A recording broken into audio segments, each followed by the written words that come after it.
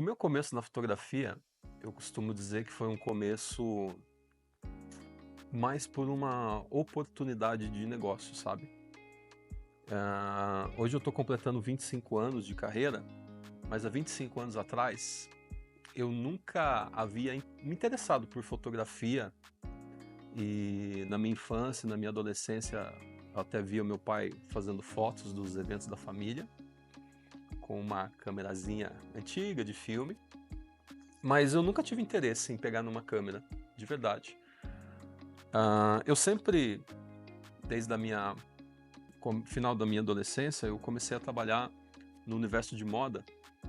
Trabalhava com modelos, trabalhava como booker de modelos, que é um trabalho onde a gente tenta vender modelos para trabalhos, para marcas, para campanhas, para revistas, para publicidade de televisão. E eu não entendia nada de fotografia, mas entendia bastante de padrões estéticos. Então eu sabia o que era uma boa maquiagem, uma boa roupa, um vestido bonito, uma pose legal, né? Sabia identificar esses padrões de beleza, tanto feminino como masculino. E naquela época aqui em Ponta Grossa e na nossa região, não existiam fotógrafos de moda. Não existiam fotógrafos que conseguissem trazer essa linguagem de moda para os materiais fotográficos dessas modelos iniciantes. E a jornada da carreira de uma modelo, até hoje funciona mais ou menos assim, é a garota, o garoto lá do interior, da cidade pequena, onde não tem muito trabalho nessa área, e ele vai tentar uma carreira maior, com mais oportunidades em grandes centros, como São Paulo, Rio de Janeiro e no exterior. E quando esses jovens modelos chegavam nessas capitais do mundo, o material fotográfico deles precisava ser um material adequado, com as linguagens adequadas, com a produção adequada, com uma fotografia correta, que correspondesse às expectativas desse mercado, que tivesse aquele padrão de material de apresentação de modelo. E até então em Ponta Grossa nós tínhamos fotógrafos excelentes, maravilhosos, mas não eram fotógrafos dessa área. Então as fotos que esses modelos faziam eram fotos assim muito glamourizadas, sabe, com aquela característica mais de foto de recordação. E essas fotos não representavam o potencial da modelo. Quando ela chegava numa cidade como São Paulo, ela tinha que refazer essas fotos, e isso acabava sendo um custo duplicado para a modelo. Para resolver isso, lá no final dos anos 90, nós trazíamos fotógrafos de moda de São Paulo, do Rio de Janeiro, para Ponta Grossa, para fazer foto dessas meninas, né? E assim esse material tinha uma linguagem mais própria, mais adequada para representá-las no mercado. Numa dessas oportunidades, nós trouxemos um fotógrafo de São Paulo, e esse fotógrafo vinha como equipe, então era bastante esse processo. Maquiador, assistente, stylist, que é o produtor das roupas, vinha as roupas, vinha os calçados, vinha tudo, né? Então era um processo caro e desgastante. E o assistente desse fotógrafo não pôde vir, passou mal no aeroporto e não veio. Esse fotógrafo então chegou aqui e me disse: olha, você vai ter que me ajudar aí na assistência, porque meu assistente passou mal e não tem assistente. Só que ser assistente de um fotógrafo há 25 anos atrás, gente, era suado, viu? Era sofrido. Basicamente, eu fiquei 3 dias trabalhando intensamente, de manhã, de tarde e de noite. Não entendia nada de fotografia, mas dei o meu melhor. Ficava lá no sol, segurando um rebatedor, um calor escaldante. Eu tinha que ficar sentado no asfalto quente, segurando um rebatedor para a luz ficar correta.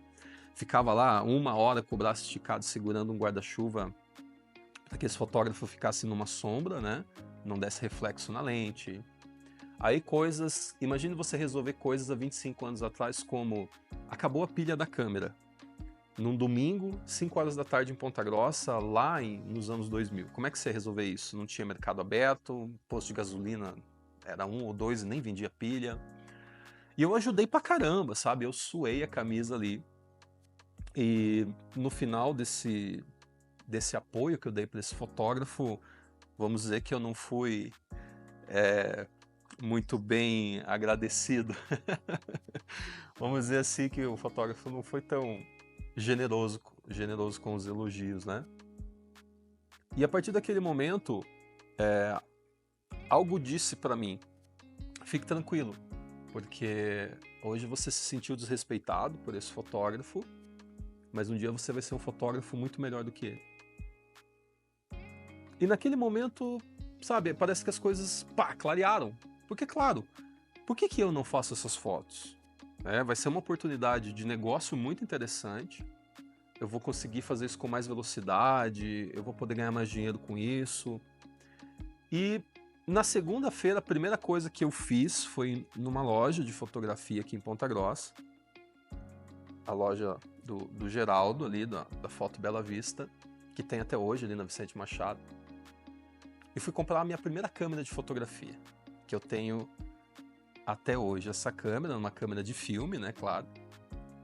Só que eu era tão ingênuo, tão inocente, para não dizer que eu era literalmente burro, que eu fui, comprei a câmera, comprei lá umas 5 caixas de filme, de fotografia, e saí bem faceiro, né, pronto para fotografar. A hora que eu cheguei na esquina, eu pensei, cara, mas como é que tira foto? Voltei então para a loja e perguntei, viu, e aí, como é que eu faço para tirar foto? E claro que o fotógrafo profissional ali, um já olhou pro outro falando, mais um que acha que tirar foto é assim, né? E na época, o que eles podiam me aconselhar? Olha, coloca ali no verdinho, que é o automático, e, né, vai embora. E foi assim que eu comecei minha jornada. Eu não sabia absolutamente nada de fotografia, e eu comprei uma câmera, porque no meu entendimento, para fazer foto boa tinha que ter uma câmera grande. E peguei alguns cobaias para me treinar, para me testar esse meu potencial fotográfico. E o que aconteceu? Isso foi a pior forma de começar. Por quê? Aquilo me iludiu. Aquilo me fez acreditar que eu era um fotógrafo e depois eu descobri a duras penas que eu não era. Por quê? Fotografar em modo automático é como você hoje pegar o seu celular, apontar a câmera para o seu filho, para sua neta, para sua amiga que é bonita e apertar o botão, modo automático. Se você tiver numa luz boa em modo automático, a foto vai sair com uma qualidade de luz interessante. E como eu entendia de padrões de beleza, então eu sabia organizar pose, eu sabia ser criativo com a produção, quando dava certo de unir essa produção que eu conseguia definir de uma forma positiva numa luz por sorte, porque eu não entendi absolutamente nada de luz, quando eu conseguia juntar essas duas coisas em modo automático, saía foto boa. E eu fui me enganando então que eu era um grande fotógrafo. E assim começou a minha história com fotografia. Comecei me enganando. E agora eu vou dar sequência nessa história que você vai gostar bastante. Bom, então aqui está a minha primeira câmera, uma Canon modelo EOS 3000N, que é uma câmera com filme, ó, a gente colocava filme aqui atrás. E é engraçado, né? Porque hoje eu ensino pessoas como ser fotógrafas, né? Em como ser fotógrafos. Faço isso já há muito tempo. E a ansiedade, a expectativa e a dificuldade que a galera tem em aprender fotografia hoje, sabendo que você vê na hora aquilo que você está fazendo, né? Nessa época aqui, gente, eu fotografava num sábado e domingo a loja que fazia a revelação da fotografia não trabalhava. Então eu levava na segunda-feira. Só que segunda-feira eu e todos os outros fotógrafos da região faziam a mesma coisa. Então acumulava muito trabalho no laboratório de revelação e eu ia ver o que saiu dessas fotos que eu fotografei no sábado à tarde, na quarta-feira. Então sábado, domingo, segunda, terça, quarta. Eu ia ver 4 dias depois o que eu tinha conseguido fazer com a câmera. E hoje você vê em menos de 4 milésimos de segundo o que você faz com a câmera e tem gente que ainda acha que é difícil. Mas realmente é difícil. Porque não é só a parte de entender da câmera que vai fazer de alguém um bom fotógrafo. Mas eu estava contando para vocês que eu me iludi que eu era fotógrafo nessa época, porque com essa câmera aqui, ela tá sem lente, né? Tinha uma lente própria dela. Eu colocava no modo automático, levava as modelos em lugares que eu achava legal, a locação. Eu acho que todo fotógrafo passa por essa fase, sabe? De fotografar na linha do trem, de fotografar no ferro velho, de fotografar numa casa destruída. Eu acho que todo fotógrafo passa por essa fase. Como eu não tinha estúdio, porque se hoje já não é tão barato, você imagina naquela época. Bons equipamentos de estúdio só eram possíveis se você importasse, literalmente. Era bem inacessível para os fotógrafos mortais, né? Só para os grandes astros da fotografia que tinham aqueles estúdios maravilhosos. Então a gente fazia fotografia na rua. E fui começar com o estúdio depois de algum tempo. É uma história interessantíssima também. E aí então eu fotografava em modo automático, saía fotos legais às vezes, porque eu entendia do processo de produção, tinha essa noção estética.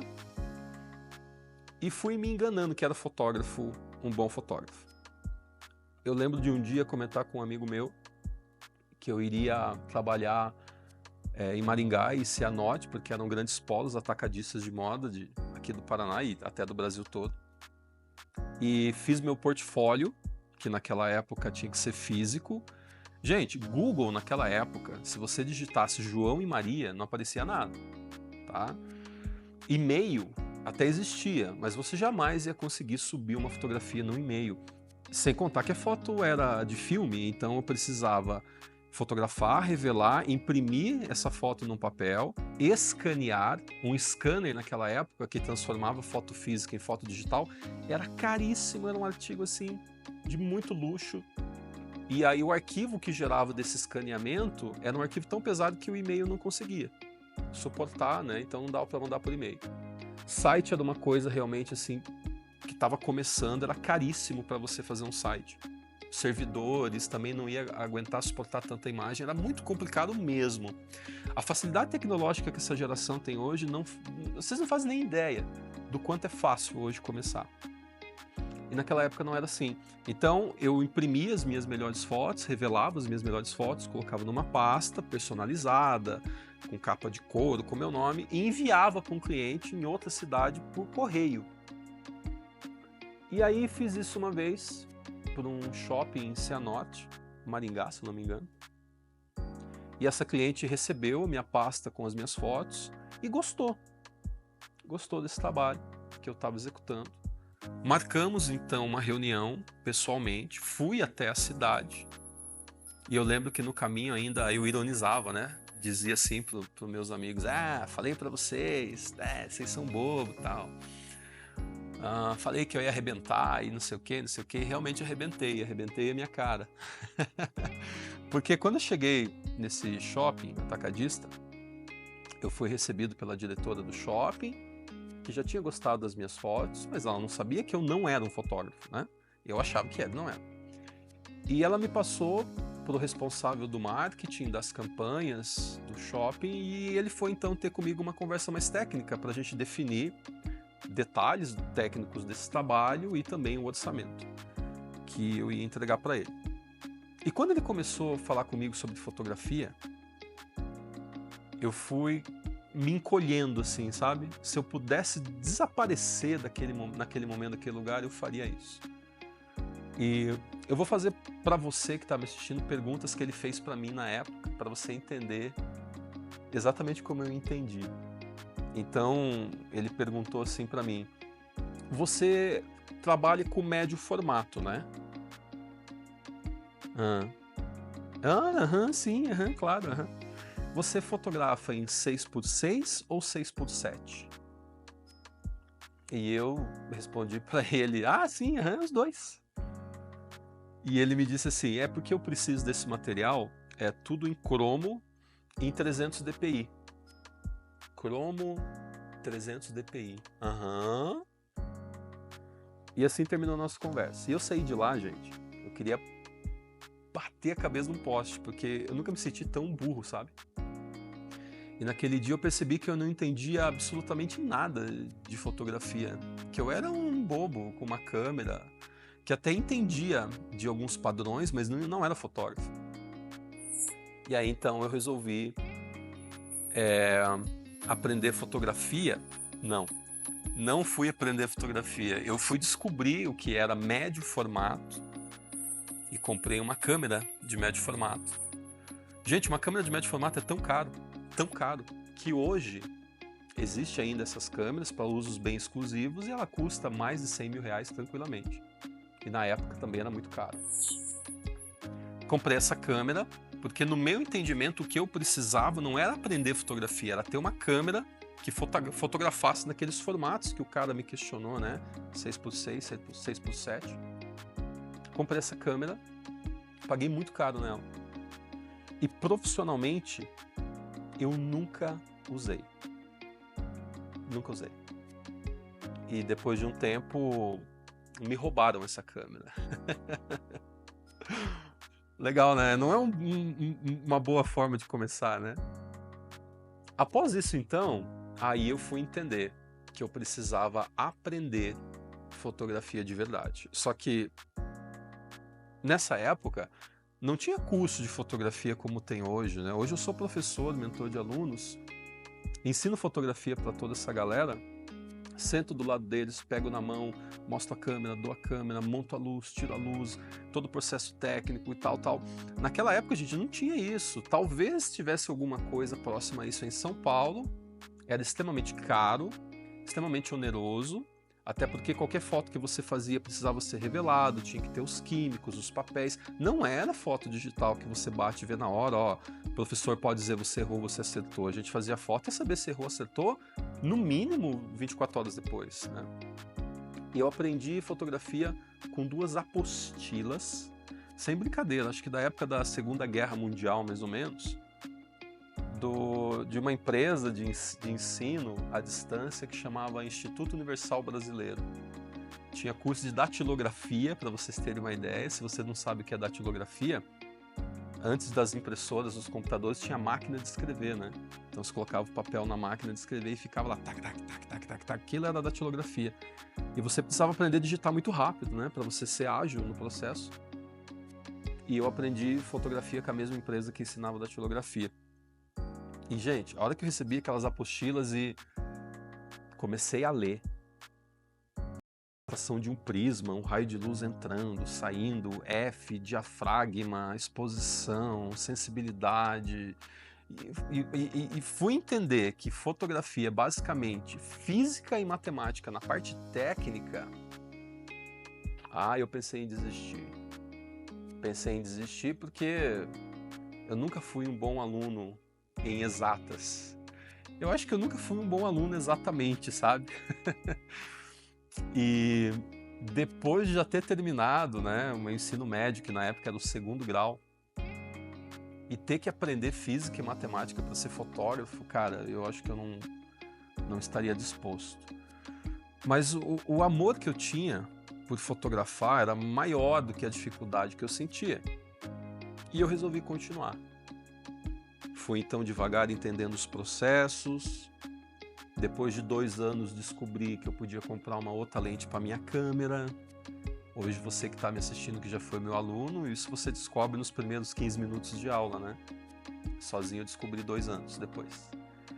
E fui dando continuidade aos meus estudos, fui aprendendo, me capacitando, me capacitando, até que realmente entendi o que era ser um fotógrafo.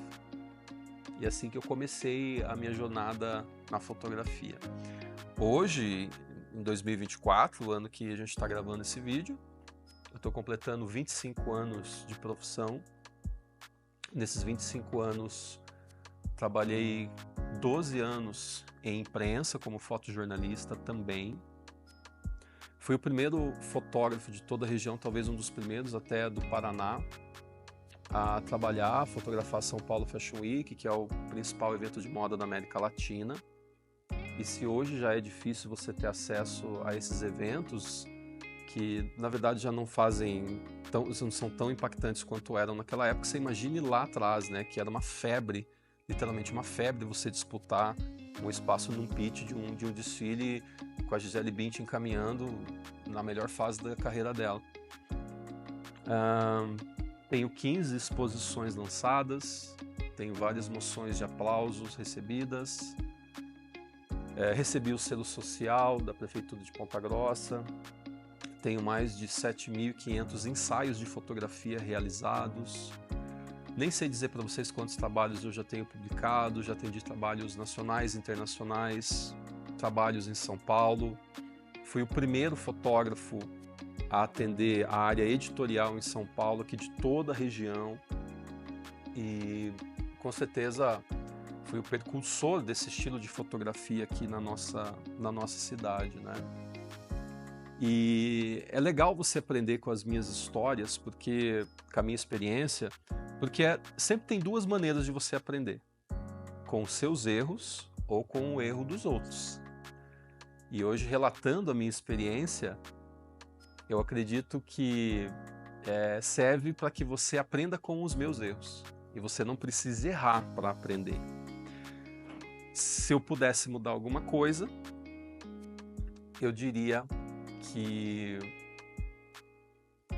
você deve estudar e se capacitar para aquilo que você quer trabalhar. Eu acho que é o fundamento mais importante.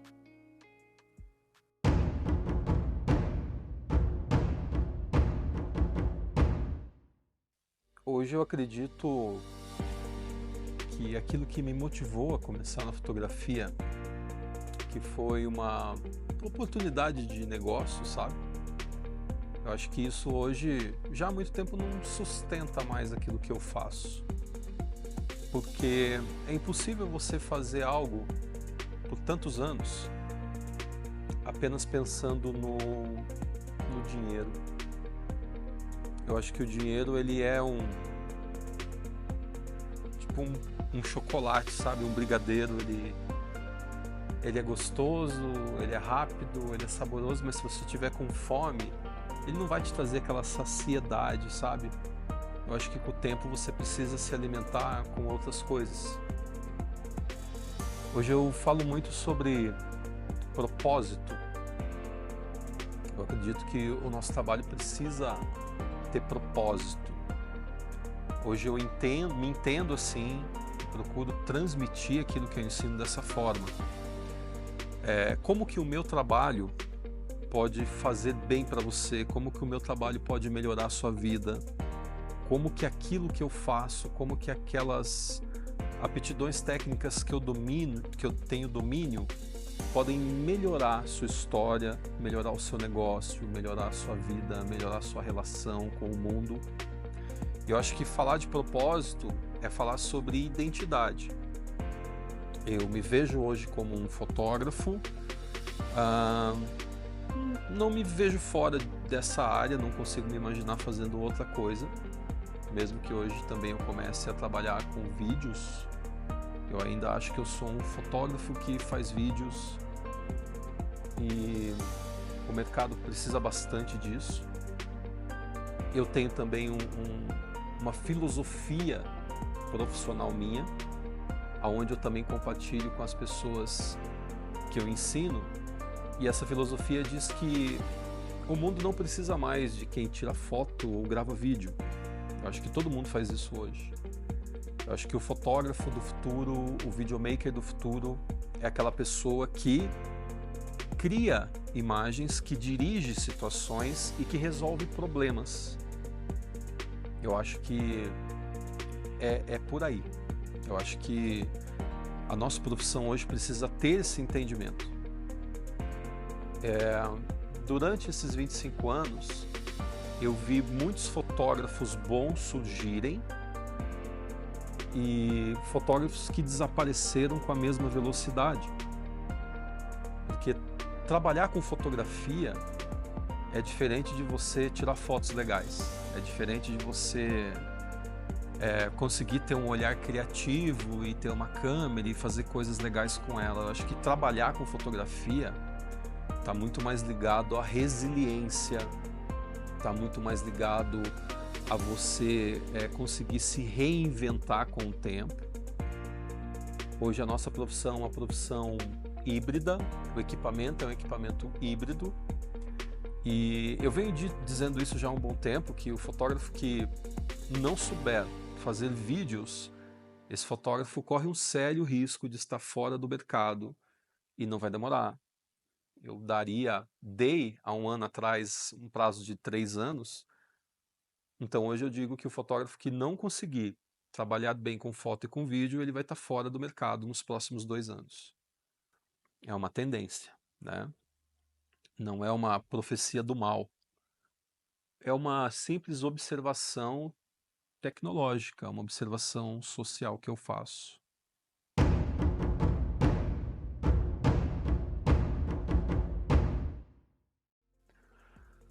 Fotografia ainda é a arte de se escrever com luz. É engraçado como as pessoas gostam de poetizar a fotografia, né? Ah, é o eternizar de um momento. Ah, é o mago das lentes. Sabe, esses elogios são legais, assim, muitas vezes inflou meu ego. Mas um fotógrafo tem que entender da parte técnica.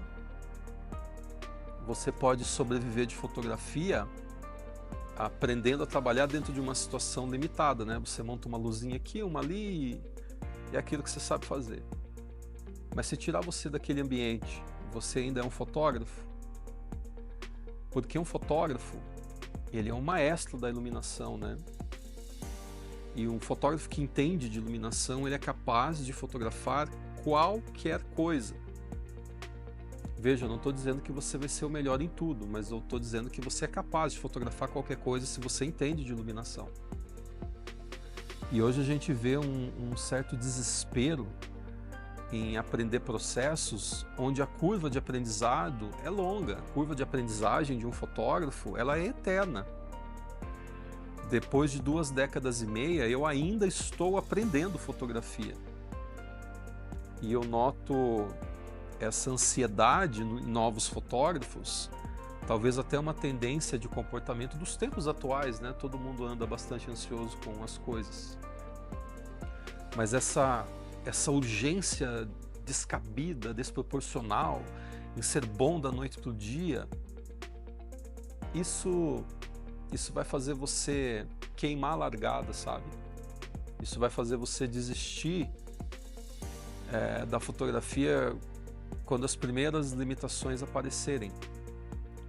Então, um fotógrafo que para de estudar, para de se atualizar, é um fotógrafo que para de alimentar a fotografia. E a fotografia, como muitas coisas na nossa vida, precisa ser alimentada. Se você para de alimentar, você morre. E tem muito fotógrafo morrendo porque parou de alimentar o seu sonho, a sua profissão. Quando surgiu a fotografia digital, eu peguei essa fase de transição, eu sou um fotógrafo do filme ainda, e eu vi excelentes fotógrafos desaparecerem do mercado que torciam o nariz para essa tecnologia. Ah, que isso aí não é fotografia, que foto de computador não vai dar certo, e nananã, e taraná. E hoje, gente, a fotografia digital é muito sólida, é muito forte. Mesmo que existam hoje movimentos que tentam trazer, sabe, aquela nostalgia da fotografia analógica, e confesso para vocês que eu estou bastante interessado nesse movimento, até para que o fotógrafo de verdade, o fotógrafo profissional, que sabe o que faz, consiga mostrar o seu diferencial. Eu acho que o mundo anda tão digital, tão artificial, que a essência da naturalidade que o filme de fotografia nos trazia, porque é muito mais difícil você manipular imagens com filme, eu acho que isso vai voltar a ser um grande filão do mercado, sabe? Uma grande oportunidade que o fotógrafo vai ter em breve, de mostrar a sua essência. Eu sou fotógrafo de verdade. Eu não sou um fotógrafo que faz do Photoshop um hospital das minhas fotografias.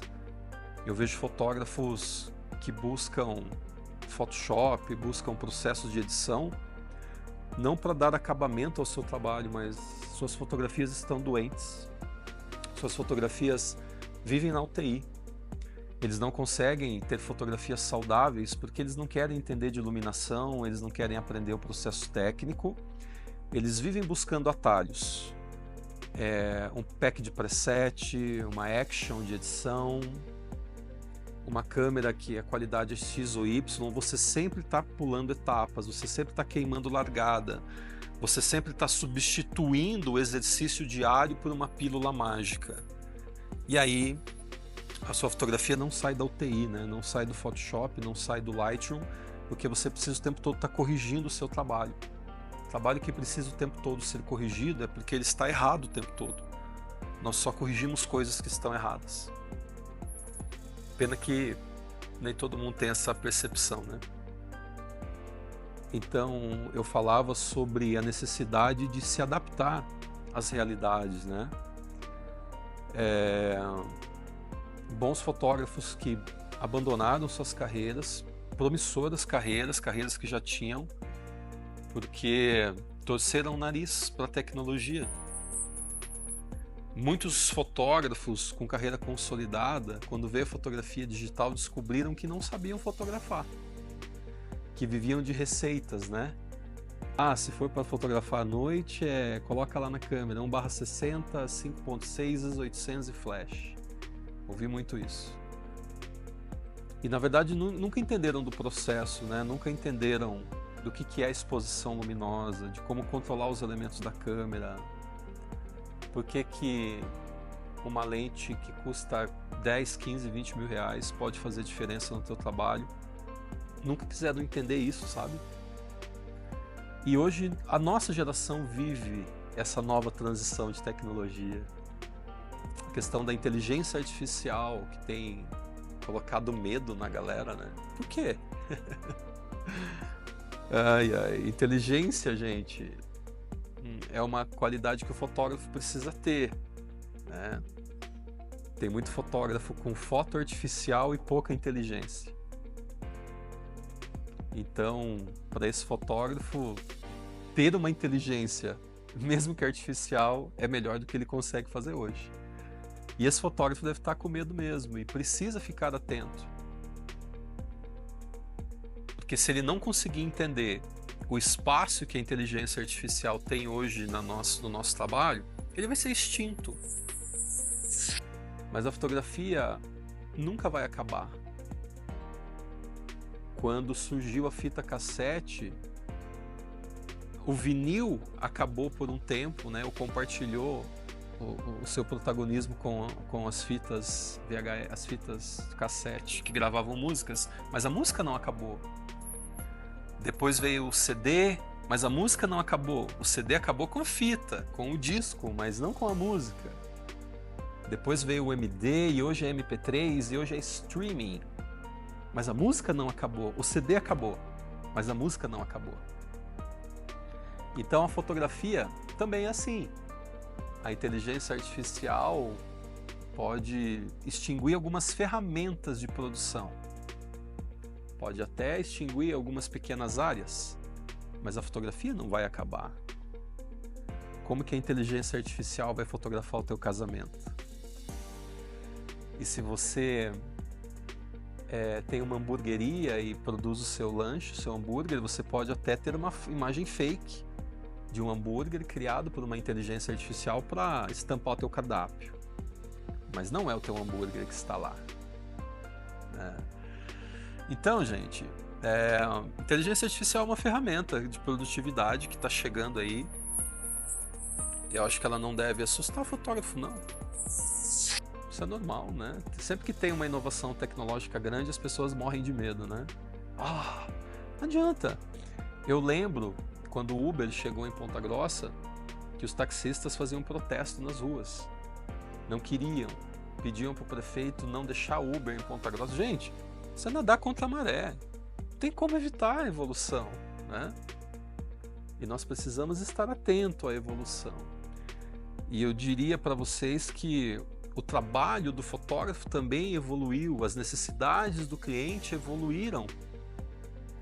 Hoje, o cliente precisa das fotografias por outros motivos. As fotografias precisam trazer outros ares, outras atmosferas.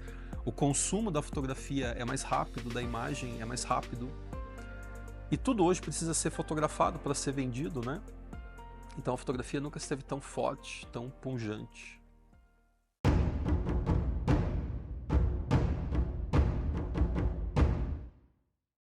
As coisas hoje são tão mais fáceis. A tecnologia é uma coisa tão incrível que hoje você consegue comprar um acessório como esse aqui para você, uau, criar uma luz tão forte, tão potente, a bateria, e você pode levar isso aqui para qualquer lugar. Gente, lá no começo dos anos 2000, ter um equipamento de iluminação era tão caro e tão inacessível que eu me lembro de pedir para um conhecido meu improvisar uma luz. Eu já entendia da importância da luz para o meu trabalho. Então ele recortou um quadrado de madeira, colocou vários soquetes para as lâmpadas, se não me engano eram 6, e extremamente pesado aquilo. E aí a gente conseguiu fazer uma coluna de madeira para colocar aquele quadrado cheio de lâmpadas, com um cabo de energia enorme. E eu tentava comprar a melhor lâmpada que se podia na época e levava aquele trambolho para algumas locações que tivessem energia elétrica, né? E ligava aquilo para iluminar as minhas fotografias. Poucos anos depois, você pode comprar um acessório desse aqui, né? Impressionante. Impressionante. E isso aqui, ele muda de cor, né? Você pode ter várias cores para aumentar o seu processo criativo. Que tal então a gente falar desse cara aqui, né? De um smartphone. A qualidade de fotografia que isso aqui faz hoje é uma coisa impressionante. Eu lembro lá em 2004, 2005, os primeiros Motorolas que vinham câmera, a câmera era um acessório à parte. Você tinha que comprar a câmera à parte, conectar embaixo do celular, e ela fazia uma foto horrorosa de uma resolução assim ridícula, que não servia para nada. E extremamente caro. Extremamente caro. As primeiras câmeras digitais para uso mais profissional, elas usavam disquete.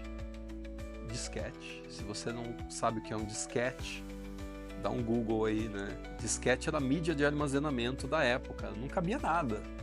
Eu acho que uma foto hoje não cabe num disquete de tão grande que a foto é. E as resoluções eram baixíssimas, né? 2, 4 megapixels. Eu tinha uma câmera compacta, acho que tinha 6 megapixels, e ela era a pilha.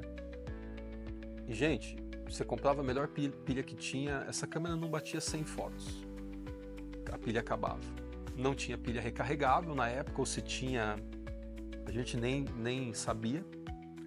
Então a tecnologia hoje é fantástico. O tanto de facilitadores que nós temos para trabalhar no campo de audiovisual é fantástico.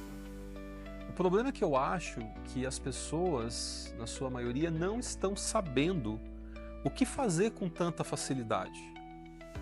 As pessoas estão ficando depressivas porque é tudo tão fácil, é tudo tão acessível, que parece que aquele motivador, sabe, aquela coisa de você ter que correr atrás para fazer valer a pena, está cada vez menos justificável, cada vez menos importante. Você tem tanta qualidade hoje numa câmera de fotografia mais acessível que você consegue trabalhar de forma profissional com ela, mesmo que a gente saiba que câmeras mais profissionais tragam diferenciais. Uma câmera mais acessível vai fazer muita coisa por você, e eu acho muito difícil o cliente comum do dia a dia saber identificar a qualidade de uma foto porque foi feita com uma câmera A ou câmera B. Isso é uma coisa do fotógrafo, né? Ou de algumas áreas, como publicidade, áreas editoriais, sim, onde tem diretores de arte, publishers, produtores, designers, pessoas que entendem do processo da imagem, elas vão saber identificar tais qualidades. Mas para a maioria das pessoas, dos clientes comuns, eles não vão perceber isso não. Então, o facilitador tecnológico também é uma coisa que tem trazido muitas pessoas para a área da fotografia.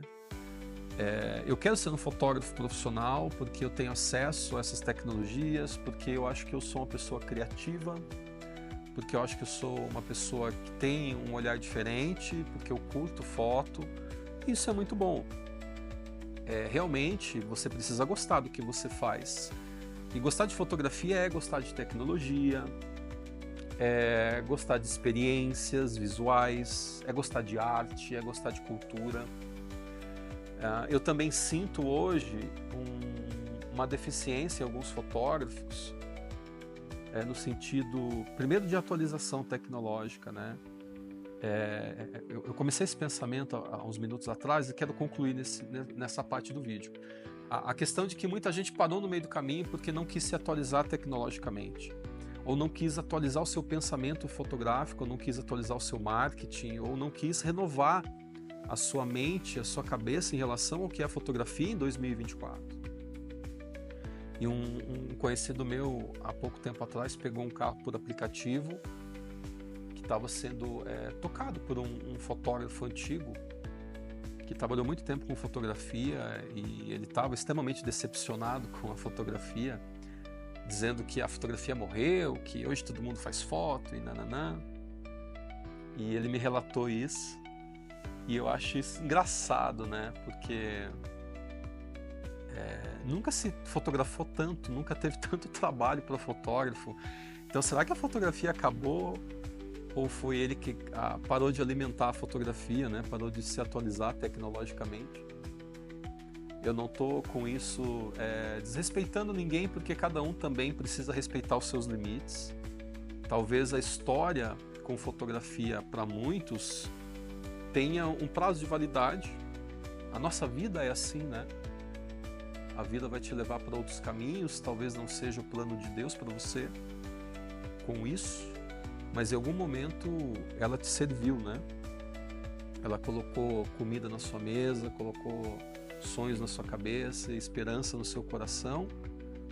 Eu acho um pouco de ingratidão, né? Você querer dizer que hoje não tem mais fotografia, ou que o mercado não vale mais a pena. Acho que não. Acho que é natural que algumas pessoas mudem as suas vidas, mudem os seus planos, mas não acho uma maneira muito correta de acusar aquilo que te serviu há tanto tempo, né? Gratidão é um dos princípios que fundamentam a nossa evolução, não só na fotografia, mas como tudo na nossa vida.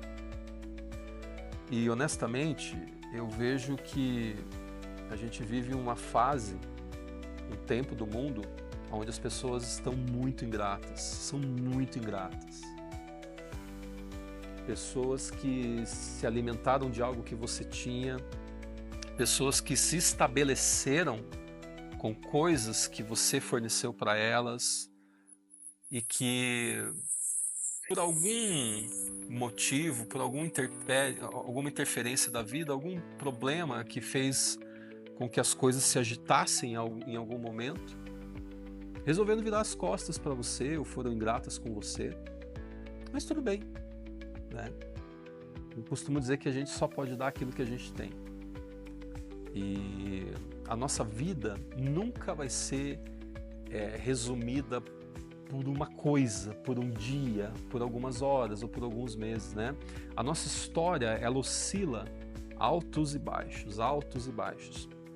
Mas se você prestar atenção, o batimento do nosso coração é assim, né? Sobe, desce, sobe, desce. E se o teu coração simplesmente se tornar uma linha, se estabilizar constantemente como uma linha, significa que ele parou de bater.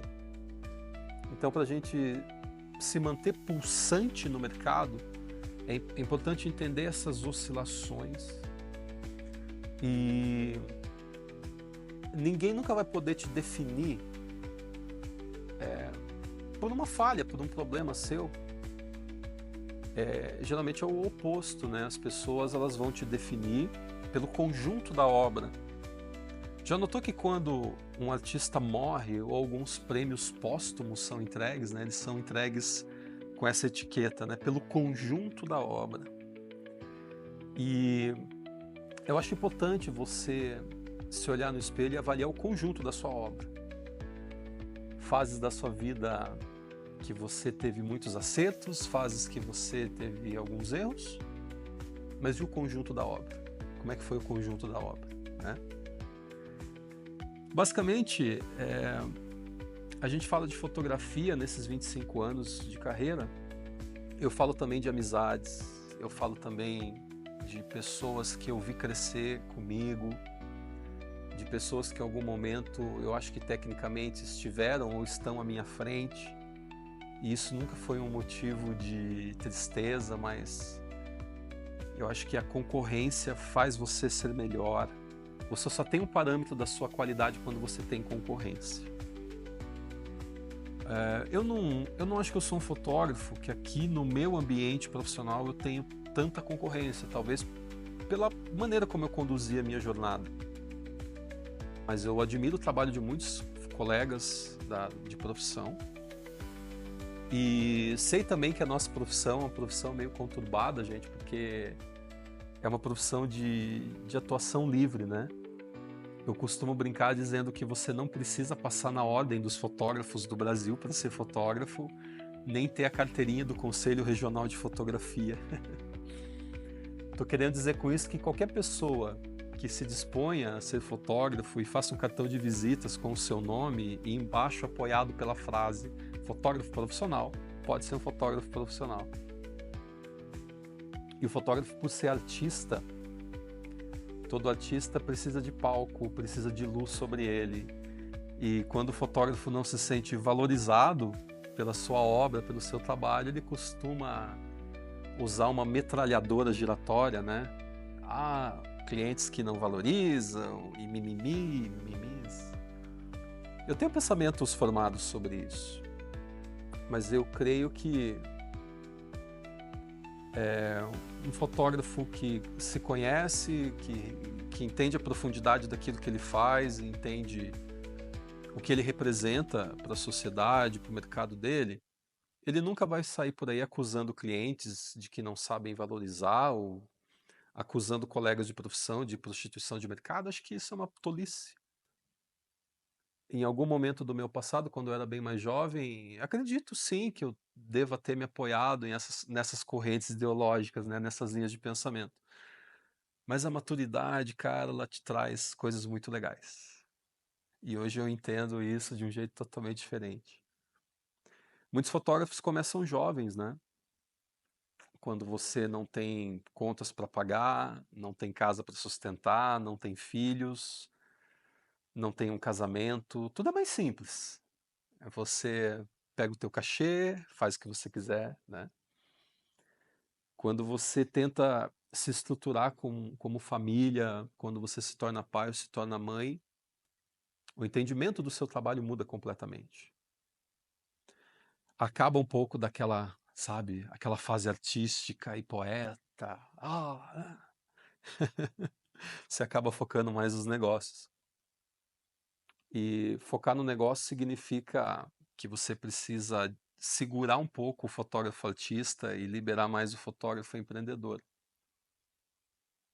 E creio que essa talvez seja a maior dificuldade para muita gente hoje que tenta trabalhar com fotografia. Não se encontrar com a câmera, não se encontrar como fotógrafo, mas se encontrar como empreendedor do seu próprio trabalho. É um desafio não só para o fotógrafo, mas para todo brasileiro que tenta ter um trabalho por conta, tenta administrar sua carreira. Eu acho que isso é realmente o fator número 1 para se manter, ou para se pensar em se manter estabelecido no mercado. Se vê como um empreendedor de fotografia. Hoje, 85% do meu trabalho acontece com a câmera desligada. Isso é uma coisa para se pensar.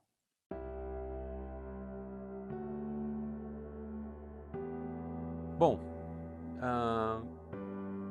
quero encerrar essa entrevista com um pensamento meu. Eu digo que eu não posso mudar todas as coisas no mundo, mas eu posso ser a mudança em qualquer coisa no mundo. Eu posso ser a mudança em tudo que há no mundo. Eu nunca vou poder ter o controle sobre todas as coisas. Mas se eu focar com a concentração necessária em apenas uma coisa, eu posso transformar ela. E também dizer, gente, que fotografia significa escrever com luz, né? Jesus Cristo é a luz do mundo. Jesus é o cara. Eu não não estaria aqui dando esse depoimento se Deus não tivesse me sustentado todos esses anos. Eu não sou uma pessoa perfeita, mas tenho um pai que é. E eu espero que essa luz que norteia o meu trabalho possa também te inspirar, mas que você saiba que não é só as luzes dos LEDs e dos flashes, é essa luz que brilha lá do alto. Espero que eu esteja aqui para falar dos meus próximos 25 anos. Foi um prazer trocar essa ideia com vocês.